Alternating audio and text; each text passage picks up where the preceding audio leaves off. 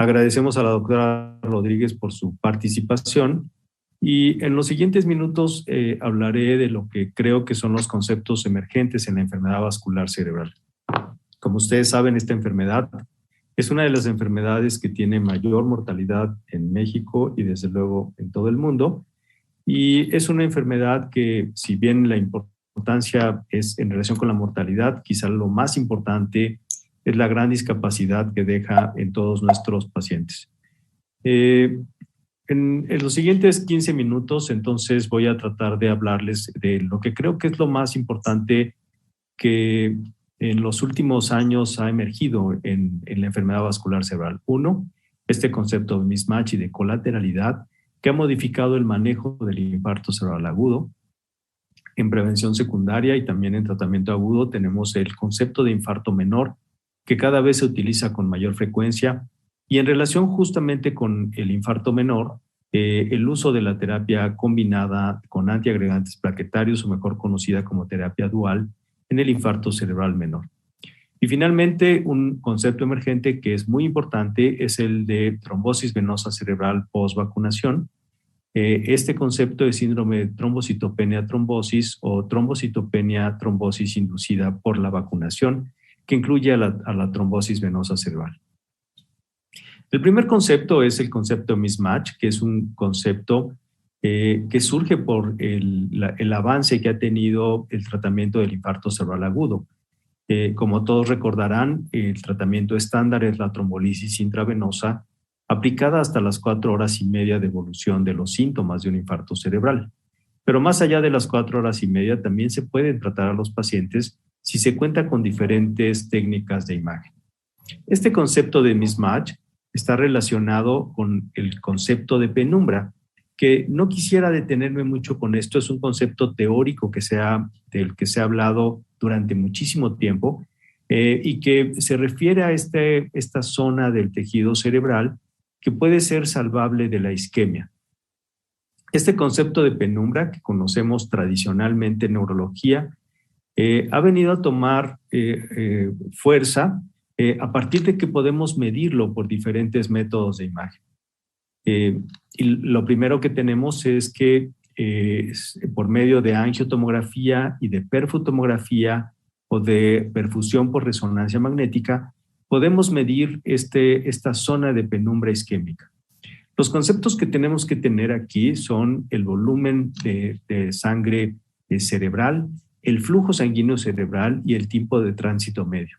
En esta gráfica lo que ustedes ven es la inyección del medio de contraste que se hace al paciente, el tiempo de pico, que es en donde se alcanza el pico en las arterias cerebrales, el tiempo de tránsito medio, que es el tiempo que tarda el medio de contraste entre que se administra y que pasa a la fase venosa. Y entonces aquí tenemos diferentes conceptos que tenemos que empezar a manejar. El flujo sanguíneo cerebral, el volumen cerebral y el tiempo de tránsito medio. Vean cómo tenemos diferentes parámetros que nos pueden apoyar para saber si el paciente tiene penumbra isquémica o si es solamente una zona de infarto. En el caso del flujo sanguíneo cerebral, tanto en la penumbra como en el infarto cerebral se encuentra disminuido y el volumen sanguíneo cerebral en la penumbra puede estar ausente o aumentado, mientras que cuando el tejido cerebral ya está completamente infartado está disminuido. El tiempo de tránsito medio en ambos casos está elevado.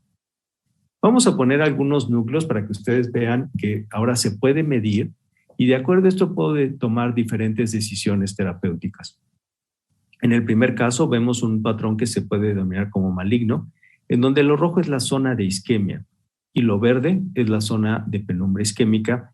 Y esto quiere decir que este paciente tiene una penumbra insignificante. Es solo lo verde que se va alrededor de la zona roja. Podemos tener cuando no hay mismatch, por ejemplo, en este caso tenemos en amarillo lo que se denomina como oligoemia, que es la inflamación y también la disminución del flujo sanguíneo en esta zona. Pero vean cómo la zona de isquemia es una zona extensa y la zona de penumbra es una zona muy pequeña. Estos dos casos siguientes que ven aquí son los casos ideales que tendrían que tratarse. Un paciente que tiene una zona pequeña de core isquémico con una gran zona de penumbra isquémica determinada por la perfotomografía, en donde vean cómo el core isquémico es menos de 10 mililitros. La penumbra es la grande y entonces tiene un mismatch extenso. Igual que en este otro caso, aunque el core isquémico es mayor que en el caso previo, aquí se calcula que se tiene un core de entre menos de 50 y alrededor de 70 mililitros. Este paciente tiene una gran zona de penumbra isquémica que se beneficiaría ampliamente si le damos algún tipo de tratamiento. Estos son algunos ejemplos en la práctica de un artículo que hicimos en la Clínica de Enfermedad Vascular Cerebral del Instituto con una revisión del tema y vean cómo lo ilustramos, la zona del core isquémico y la zona de la penumbra isquémica. Un core muy pequeño y una zona de penumbra muy extensa. Este mismatch también lo puedo medir por medio de resonancia magnética por difusión FLAIR, si no tengo perfotomografía o perfurresonancia, y vean cómo que cuando hay mismatch por este método, lo que vamos a ver es una zona de isquemia por difusión que no se va a ver en el FLAIR. En este otro paciente que ustedes ven aquí, vean cómo la difusión y el FLAIR son muy similares y esto nos habla de que no hay una zona de penumbra isquémica y por lo tanto no tiene mismatch.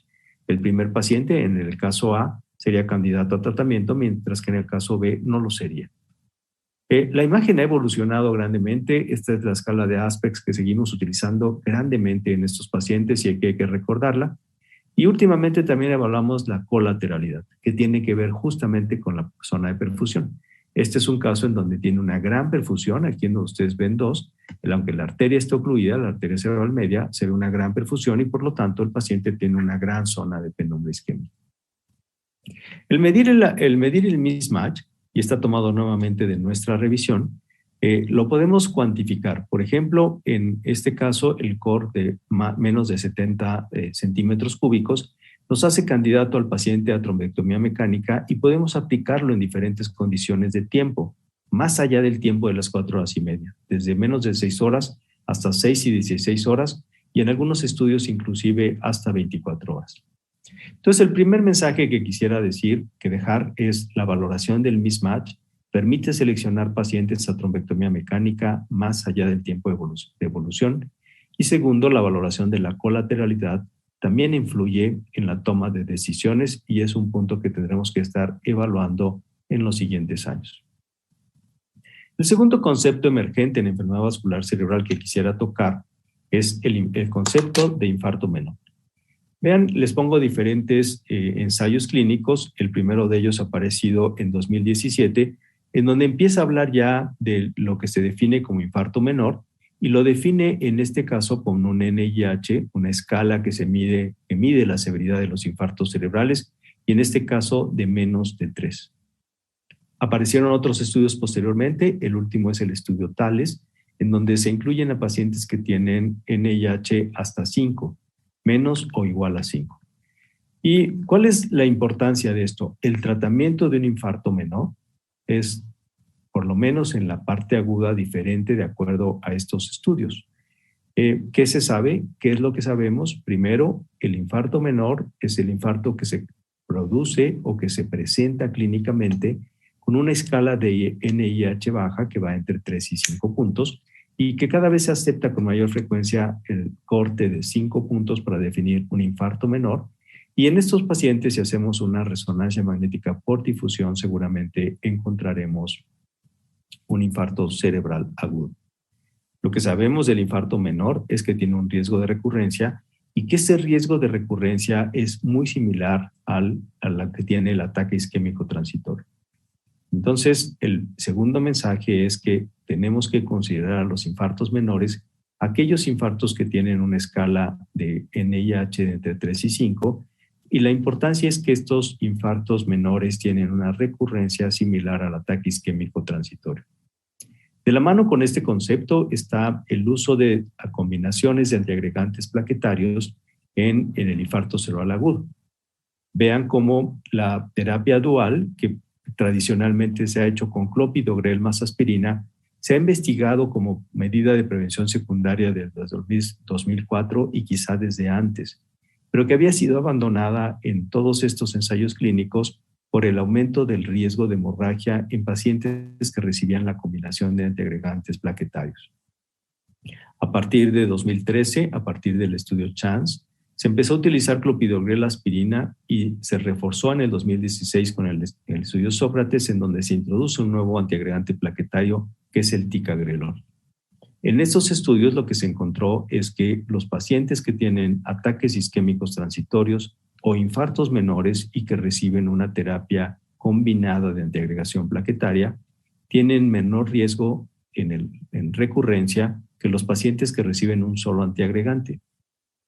Sin embargo, lo que también se encontró en estos estudios y que ahora sabemos es que no debe de darse esta terapia más allá de un mes, porque entonces incrementa, como en los estudios previos, el riesgo de hemorragia. Los estudios posteriores, el estudio POINT, publicado en el 2018, y el estudio TALES, que ya había mencionado yo previamente, que se publicó en el 2020, confirmó este tiempo de evolución y este hallazgo de aumento del riesgo de hemorragia cuando se utiliza más allá de un mes la terapia combinada. Estos son los criterios que utilizaron estos diferentes estudios y la combinación de los antiagregantes que utilizaron. Destacan dos aspectos importantes. En FASTER, en CHANCE y en POINT se utilizó una combinación de aspirina más clopidogrel y en algunos de ellos, como se hace en cardiología, se dieron dosis de carga de antiagregantes plaquetarios seguida de una dosis estándar de cada uno de ellos.